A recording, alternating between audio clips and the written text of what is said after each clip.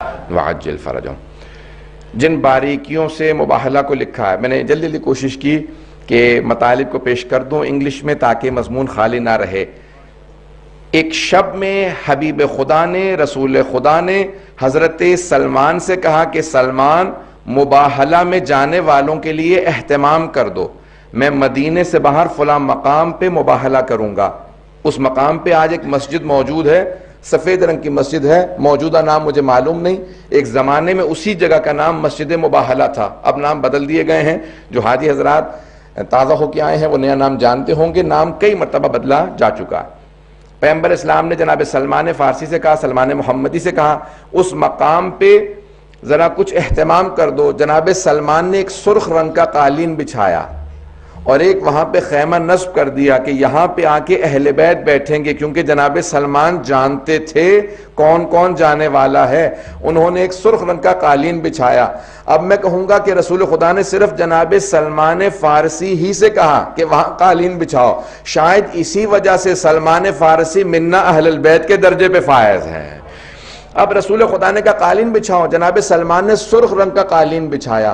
کہا فجر کے بعد جائیں گے، اس سے پہلے جناب سلمان فارسی گئے اور وہاں پہ قالین بچھا دیا، سرخ رنگ، ریڈ کارپیٹ. عزیزان گرامی، شاید آج بھی کرسچن ورلڈ کے اندر جب کسی کو بہت زیادہ اہمیت دینی ہو، کسی کو بتانا ہو یہ بہت زیادہ وی آئی پی ہے یا وی وی آئی پی ہے، تو آج بھی ریڈ کارپیٹ ٹریٹمنٹ دی جاتی ہے، سرخ رنگ کا قالین بچھایا جاتا ہے. شاید ان کرسچنز نے اہل بیت کو آتا دیکھا تھا اور اس مقام پہ سرخ قالین دیکھا تھا. جو سرخ قالین پہ آ کے بیٹھے تو انہی کے لیے یہ ریڈ کارپیٹ ٹریٹمنٹ وہیں سے ظاہراً شروع ہوئی ہے. اب جناب سلمان نے سرخ رنگ کا قالین بچھایا، رات کے اندر پیغمبر اسلام نے بتا دیا اور کہہ دیا مباہلہ فجر کے بعد طلوع آفتاب سے پہلے ہوگا، after Fajr prayers before the sun rise.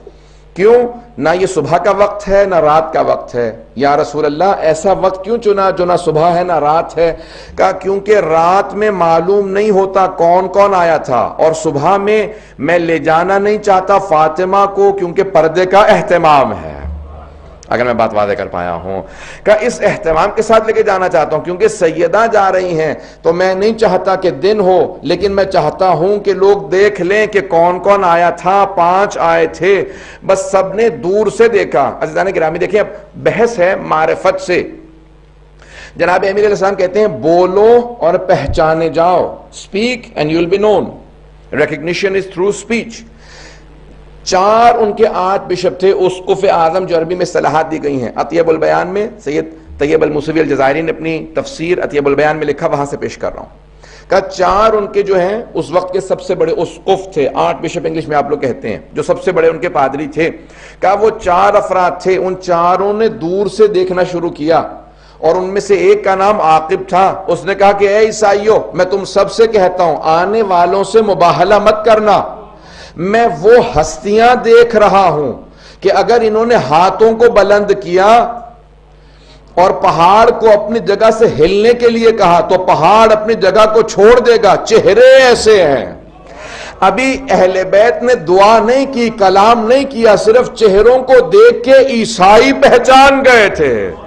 تو ایک بات واضح ہو گیا، کوئی تعصب نہ رکھتا ہو، پریجڈس نہ ہو، ریسزم نہ رکھتا ہو، کسی بھی طرح کا ڈسکریمنیشن نہ کرتا ہو تو اہل بیت کو دیکھ کے پہچان سکتا ہے. یہ عام نہیں ہے. پتہ نہیں بات کو پہنچا پا رہا ہوں کہ نہیں. جناب یوسف کو جب دیکھا تھا نا سارے مصر والوں نے تو سب نے کہا تھا بل ہوا ملک کریم، یہ انسان نہیں بلکہ آسمان سے نازل ہوئی مخلوق معلوم ہوتا ہے. جناب یوسف کا فخر ہے رسول خدا. آج حبیب خدا آ رہے ہیں اپنی آب و تاب کے ساتھ. سب عیسائیوں نے ایک مرتبہ رخ رونق کو دیکھنے کے بعد کہا جو آ رہے ہیں اگر انہوں نے بد دعا کی تو قیامت تک کے لیے ایک عیسائی نظر نہیں آئے گا. اسی لیے ان سب نے فیصلہ کیا ہم مباہلہ نہیں کریں گے. اگر مباہلہ ہو گیا تو سارے عیسائی مسخ ہو جائیں گے.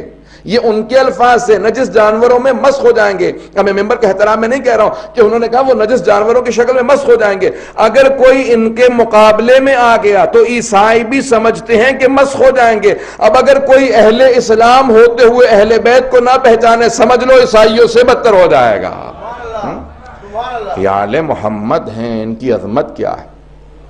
ابھی بولے نہیں ہیں، کلام نہیں کیا، پیغمبر نے خطبہ نہیں دیا، جناب امیر نے خطبہ نہیں دیا، امام حسن و حسین علیہ السلام نے خطبے نہیں دیے، صرف دیکھا اور انہوں نے کہا کہ ان کے چہروں کے نور بتا رہے ہیں۔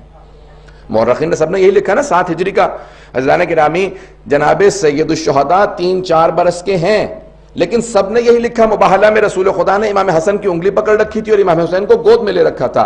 اب یہ گود کا وقت نہیں ہے، امام حسین علیہ السلام 6 مہینے یا 4 مہینے کے نہیں ہیں، 3-4 برس کے ہیں اور اچھی طرح سے چلنا جانتے ہیں۔ ابھی چند دنوں ہی پہلے تو مباہلہ سے یا 1 برس پہلے تو سید الشہداء نے ضد کر کے کہا تھا نا، نانا میں آپ کے اس گھوڑے پہ سواری کرنا چاہتا ہوں، ذہن میں جملے لے آ جائے گا، نانا میں آپ کے اس گھوڑے پہ مأمون پہ سواری کرنا چاہتا ہوں۔ تو پیغمبر اسلام نے کہا یہ کسی کو سواری نہیں دیتا سوائے میرے اور علی کے، کہا نانا میں سواری کرنا چاہتا ہوں۔ تو جناب سید الشہداء اتنا اصرار کر کے صحابہ کو سمجھا رہے ہیں میں وہ ہوں جو رسالت سے اپنی بات کو منواتا ہوں۔ فوراً جناب ختم مرتبت نے گود میں لیا، چوما، بہت پیار کیا اور فوراً اسی اپنی سواری پہ جناب سید الشہداء کو بٹھایا، کچھ دور ہٹے اور دیکھنے کے بعد بس ایک جملہ کہا میرا بیٹا بہت خوبصورت لگ رہا ہے، اور بہت مسکرائے۔ صحابہ کہتے ہیں اتنا پیغمبر اسلام مسکرائے کہ آپ کے دندان مبارک نظر آنے لگے، آپ کے چہرے سے چمک آنے لگی، پھر اچانک زار و قطار رونے لگے، اتنا روئے کہ آپ کی پورے ریشے مبارک تر ہو گئی۔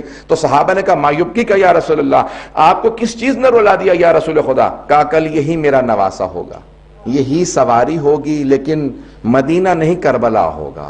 میں اس لحظے کو سوچ کے رو رہا ہوں۔ تو ابھی جناب سید الشہداء یعنی چلنے پھرنے کے مطابق اور سب چیز یعنی اتنے بچپنے میں نہیں ہے کہ آغوش میں ہوں، لیکن پیغمبر اسلام سارے ان عیسائیوں کو، مسلمانوں کو پیغام دے رہے ہیں جو رسالت جس کے ناز اٹھائے اسے حسین ابن علی کہتے ہیں، کیونکہ اسی مباہلہ کے فوراً بعد تاریخ محرم کی آئیں گی جہاں حسین قربانی دے کے پورے دین کی حفاظت کریں گے۔ تو آج پیغمبر اسلام آغوش میں لے جا کے بتا رہے ہیں کہ یہاں نازش اٹھانا مقصود تھا، حسین کی نازش کرنا مقصود تھا تاکہ واضح ہو سکے حسین ابن علی کون ہے۔ بس بھی آئے جملے کو آخری پیش کروں گا، میرے پاس وقت ہے تھوڑا سا، اگر آپ لوگ زحمت کریں گے تو میں مطالب کو آگے بڑھاؤں گا۔ عزیزان گرامی، ختمی مرتبت آئے، میدان مباہلہ میں پہنچے۔ اب میں چند جملے 1-2 بزرگ خطباء کے ہیں پیش کرنا چاہتا ہوں کہ رسول خدا جب چل رہے تھے تو آپ جب قدم اٹھاتے تھے، جہاں آپ کے قدم جاتے تھے وہیں پہ جناب سیدہ کے قدم آتے تھے۔ میں اپنے انداز سے کہوں، جہاں جہاں رسالت کے قدم آتے تھے عصمت کے قدم بھی وہیں پہ جاتے تھے، اور امامت کے قدم انہیں چھپاتے تھے۔ جناب سیدہ دونوں کے بیچ میں چل کے یہ بتا رہی ہیں کہ رسالت و امامت کے درمیانی واسطے کا نام فاطمۃ الزہرا ہے۔ اللہم صلی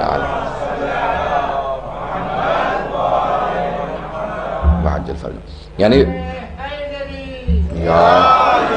یعنی رسالت کے، جسے انگلش میں آپ لوگ کہتے ہیں مسنگ لنک، رسالت اور امامت کے اس واسطے کا، رابطے کا نام جناب فاطمۃ الزہرا ہے۔ عزیزان گرامی، مباہلہ ختم نبوت کی دلیل بھی ہے، ابتدائے امامت کی دلیل بھی ہے، دونوں چیزوں کی دلیل مباہلہ ہے۔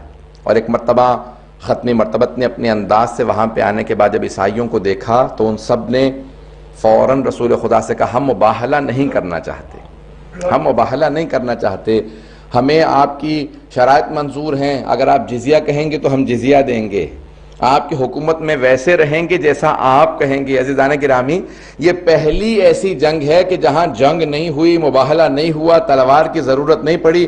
میں بہت سوچا کرتا تھا رسول خدا بیٹی کو کیوں لے گئے؟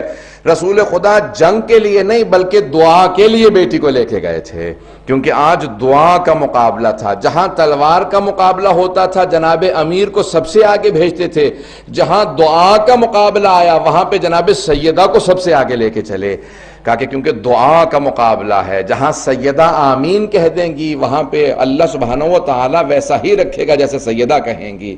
اب یہ حدیث رسول خدا سمجھ میں آتی ہے کہ ان اللہ یغضب لغضبہا و یرضی لرضاہا، خدا فاطمۃ الزہرا کے غضبناک ہونے سے غضبناک ہوتا ہے اور ان کے راضی ہونے سے خدا راضی ہوتا ہے۔ اب پیغمبر اسلام کی حدیث سمجھ میں آتی ہے کہ اگر سمجھنا چاہیں صحابہ رسول میں کون کون رضی اللہ عنہ ہے، دیکھ لیجئے کس کس سے جناب سیدہ راضی ہے۔ عزیزان گرامی، کی جناب خاتون جنت کی عظمت کا تعارف تھا جس میں رسول خدا مباہلہ کے اندر خاتون جنت کو ساتھ لے کے گئے۔ آئیے ذرا جناب امیر علیہ السلام کی زبانی نہج البلاغہ سے چند جملے اقتباسات پیش کرنا چاہتا ہوں، چند خطبوں کے الفاظ پیش کرنا چاہتا ہوں کہ اہل بیت علیہ السلام کون ہیں، اور ایک سوال شبہ ہے اس کا جواب دینا چاہتا ہوں۔ اگر سننا چاہیں گے تمام حضرات تو میں پیش کروں گا۔ باوازہ بلند صلوات۔